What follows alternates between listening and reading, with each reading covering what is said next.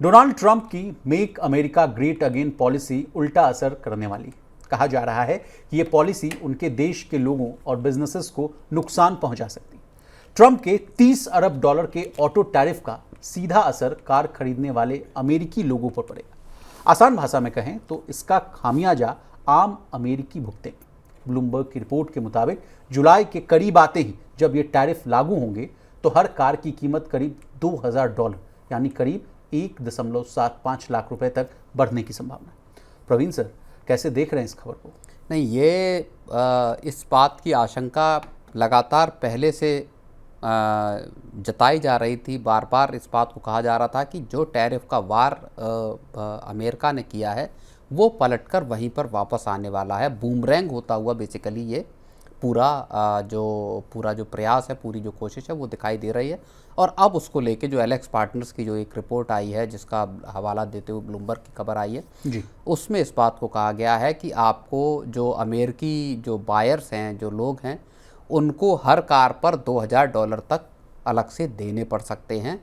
उसकी वजह पूरी की पूरी जो $30 अरब का एक जो प्लान है ऑटो टैरिफ का ट्रंप का, यानी $30 अरब जो वो कमाना चाहते हैं, उसका भार अंततः अमेरिकी कंज्यूमर्स पर आने वाला है। तकरीबन 2 लाख रुपए महंगी हो जाएगी हर एक कार। और न केवल कारें महंगी होंगी बल्कि जब महंगाई आएगी कारों की तो उसकी वजह से सेल्स में भी लंबा चौड़ा जो एक गिरावट है वो दिखाई दे सकती है। सर, मनी सेंटर में हम लोग लगातार चर्चा करते रहते हैं कि अमेरिका जो है इस समय हाइपर इन्फ्लेशन का शिकार है। वहाँ पे बहुत अधिक मात्रा में जो है महंगाई है।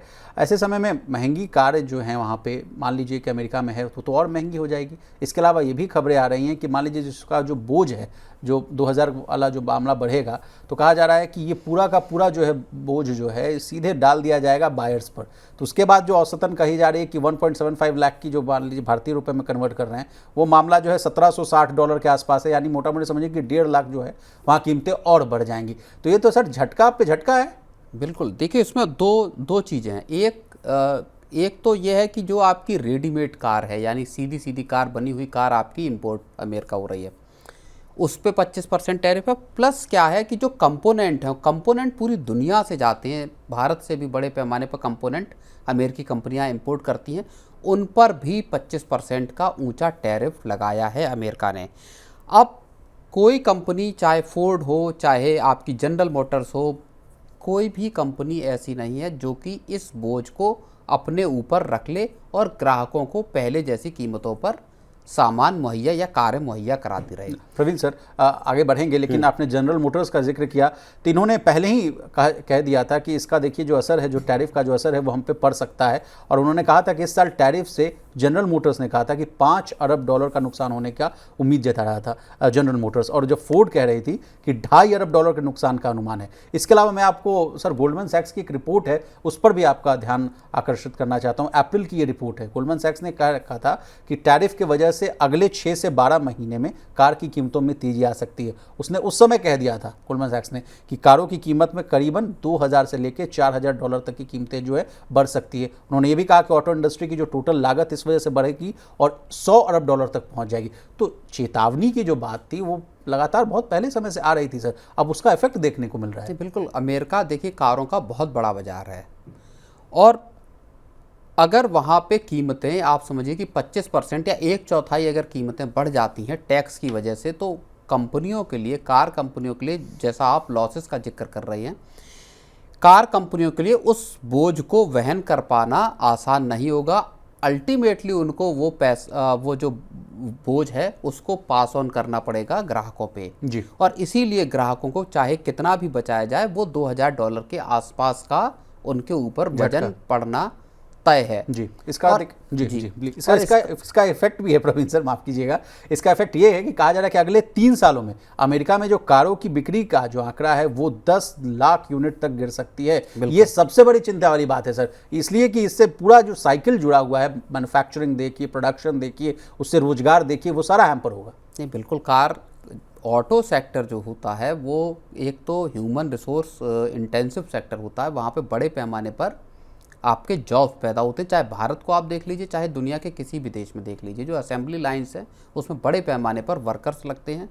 और ऐसे में अगर 10 लाख गाड़ियों की बिक्री कम होती है सालाना आधार पे, तो ये पूरे की पूरी ऑटो इंडस्ट्री के लिए और ख़ास तौर पे अमेरिका जैसी ऑटो इंडस्ट्री के लिए, जहाँ पे कि बड़ी महंगी कारें और उस तरह का पूरा एक दौर है, लोग बड़े पैमाने पर गाड़ियाँ खरीदते हैं, वो पूरा का पूरा एक जो हिस्सा है वो आपको एक बुरी स्थिति में जाता हुआ दिखाई दे सकता है। और उसके साथ आप समझिए कि ऊंची महंगाई जो है वो पूरे के पूरे कंजम्पशन पैटर्न को ही अमेरिका को, कारों के बाहर भी अगर हम देखें तो वहाँ पे एक बड़ा नुकसान अमेरिका को होता हुआ नजर आएगा। सर, अब डोनाल्ड ट्रंप साहब का जो स्टेटमेंट है उससे भी मैं आपको वाकिफ़ करना चाहूँगा। उन्होंने हाल फिलहाल में 1 सप्ताह पहले भी उन्होंने कहा था कि फिर से धमकी दी थी कि फिर देखिए ऑटो टैरिफ में बढ़ा सकता हूँ। वो चाह रहे हैं कि जो कार कंपनियां हैं वो अमेरिका में ही आए, यहाँ प्लांट खोलें, यहीं बनाएं और तब उनका काम चलेगा। अगर नहीं तो फिर आप फिर एक नए इम्पोर्ट ड्यूटी और तमाम तरह की टैरिफ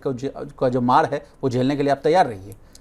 नहीं तो उसमें जैसे अब मान लीजिए कि GLR है, टाटा की वो है, बड़ा हिस्सा उनका अमेरिका से आता है, रेवेन्यू का एक अच्छा खासा हिस्सा अमेरिका से आता है। अब क्या टाटा जिसके कि GLR जिसका कि पूरा बेस यूके में है, क्या वो वहाँ से अपनी मैन्युफैक्चरिंग लाइंस को शिफ्ट करेंगे? क्या अमेरिका में उस हिसाब किताब का वर्कफोर्स और बाकी चीज़ें हैं कि वहाँ पे आपके मैन्युफैक्चरिंग प्लांट लगेंगे? तो बहुत सारे सवाल ऐसे हैं जो कि जिनके जवाब कंपनियां भी ढूंढ रही हैं। और क्या वैसा करना फीजिबल है? क्या अमेरिकी मार्केट में इतनी बड़ी डिमांड है कि उसको कैटर करने के लिए वहाँ प्लांट लगाया जाए? कॉस्टिंग को लेके बाकी तमाम चीज़ें ऐसी हैं। और कंपोनेंट की अगर आप बात करें तो अब जो कंपोनेंट कंपनियां मान लीजिए जो भारत की, क्या वो अपने प्लांट जाके अमेरिका पे लगाएंगे ताकि ऊंचे टैरिफ से बचा जा सके? तो बहुत सारी चीज़ें ऐसी हैं जो संभवतः अनवायबल हैं, मतलब जो की नहीं जा सकती। तो वो एक मसला है जिसको शायद समझ में अमेरिका में तब उस चीज़ को समझ में आएगा जब इसके व्यापक असर दिखाई देने लगे। सर, मुझे वो कोट मिल गया है जब व्हाइट हाउस के कार्यक्रम में ट्रंप साहब ने कहा था कि हो सकता है कि मैं आने वाले वक्त में ये टैरिफ बढ़ा दूं। ऑटो टैरिफ की बात कर रहे हैं। जितना ज़्यादा टैरिफ बढ़ेगा उतना ही चांस है कि कंपनियां यहाँ पर प्लांट लगाएंगी। ये स्टेटमेंट है। अनसर्टेनिटी तो जो है इनके मुंह से ही साफ तौर पर अब मान लीजिए जनरल मोटर्स के या फोर्ड के जो प्लांट अमेरिका में ही है, उनका किस तरह से बिजनेस चलेगा? जिनके कंपोनेंट बड़े पैमाने पर बाहर से आ रहे हैं, क्या कंपोनेंट मैन्युफैक्चरिंग भी अमेरिका में होगी? तो वो बहुत सारी जो यूनिट्स है वो मैक्सिको में लगी हैं, इंडिया में लगी हैं, चाइना में या दूसरे देशों में लगी हैं। ईवी को अगर आप ले लीजिए, तो क्या वो सब असेंबली अपनी शिफ्ट करेंगे अमेरिका में? क्या अमेरिका उनको इंसेंटिव देगा अलग तरह का आप इन्वेस्टमेंट करने के लिए? तो सवाल बहुत सारे हैं। $30 बिलियन का प्लान तो ज़रूर है, लेकिन वो कहीं पूरा अमेरिका में ऑटो सेक्टर की कंज्यूमर डिमांड को ख़त्म तो नहीं कर देगा। ये कुछ सवाल जो है वो काफ़ी। सर, क्या इस कहानी में जो चाइनीज़ रेयर अर्थ मेटल और मैग्नेट वाली बात है उसको भी जोड़कर देखना चाहिए? क्योंकि इसको लेकर भी बहुत सारी जो बातें चल रही थी, अनसर्टेनिटीज़ जो थी एक बार फिर से जो इरप्ट होती हुई दिख रही थी, तो क्या इस कहानी को भी जोड़कर देखें इसमें? नहीं, अब उसको लेके तो भले अमेरिका और चीन कह रहे हैं कि हम कुछ डील के करीब पहुँचते हुए नज़र आ रहे हैं, ऐसी उम्मीद जताई जा रही है, जिसमें कि रेयर अर्थ मेटल्स की भी बात है। अब वो किस तरह से मटेरियलाइज होगी? क्या चीन तैयार होगा? क्या दोनों देश अपने टैरिफ के जो पुराने दौर थे, क्योंकि अमेरिका चीन पे 30% टैरिफ के लिए तैयार है और चीन अमेरिका पे 10% टैरिफ के लिए तैयार है, जो बिल्कुल इनकी रिसेंट जो एक जिनेवा में मीटिंग हुई थी, की जो दोनों ने म्यूचुअली, बिल्कुल। तो अब 30% और 10% पे भी जब मामला नहीं बन रहा, तो क्या फिर वापस उसी निज़ाम में चले जाएंगे जैसा कि पहले था? उसके बाद ही चूंकि चीज़ें सही होंगी, क्योंकि जो कहा जा रहा है कि 30% टैरिफ पे भी चीन अपना सामान अमेरिका बेच नहीं पाएगा। तो मुश्किलें असल में पूरे के पूरे, और चीन का अगर सामान अमेरिका नहीं बिकेगा तो चीन जो रेयर अर्थ मेटल्स है वो अमेरिका को क्यों देगा? तो चीन के पास एक हथियार है उसका, क्योंकि दुनिया में सबसे बड़ा प्रोडक्शन रेयर अर्थ मेटल्स का चाइना के पास है। अब वो अगर नहीं देता तो दुनिया भर की जो ऑटो कंपनियां, चाहे भारत की ही आप देख लीजिए, एक बड़ी क्राइसिस से इस वक्त पूरा का पूरा ऑटो सेक्टर दुनिया भर का गुजर रहा है। जी।